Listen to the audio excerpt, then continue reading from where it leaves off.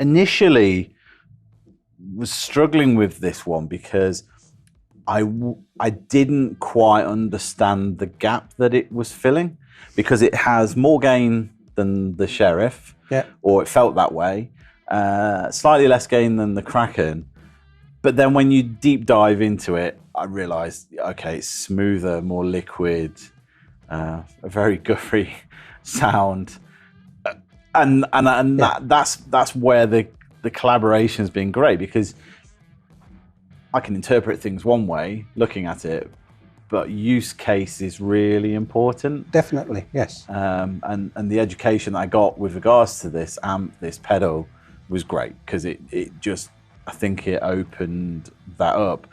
But also you obviously had that in the back of your mind, because the changes that you've made have made this, out of all of them, it wasn't my favorite, but now it is my favorite. Oh, so, that's fun. Yeah. So even though I'd worked on all of them, the changes you've made to this one have made this my favorite out of all of them. Yeah, and it's the thing about the clean sound on a Jack is we didn't really need to emulate that part of the Jack. No, we kind of avoided it. So because it wouldn't have been with that pedal would need to have a lot more to it.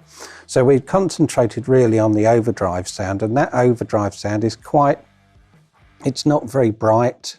I mean, it can be depending on where you would stand in front of the speaker cabinet, but there's a liquid, there's a lead guitar sound.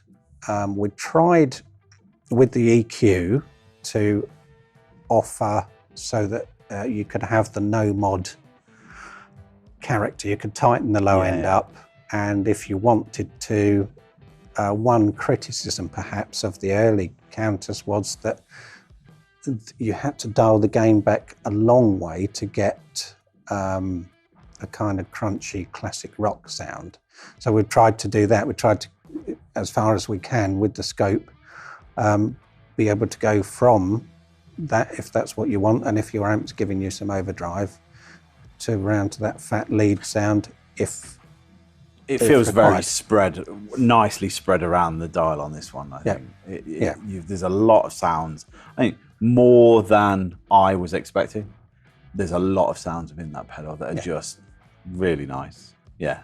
Yeah, thank you. So interestingly, when your first iteration of that felt very amp-like, if you know, it felt like an amplifier. Yeah. So then it was just a case of, as we spoke about earlier, the last 5%. It's just that little bit.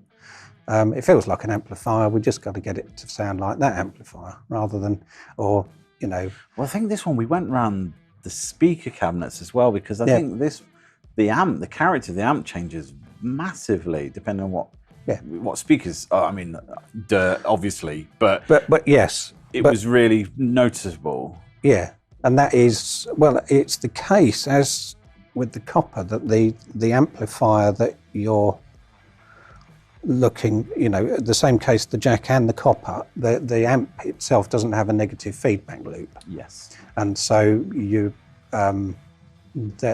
its interaction with the speaker is less controlled. So it does, that's absolutely right. You notice it more with the Jack than some other amps, yeah.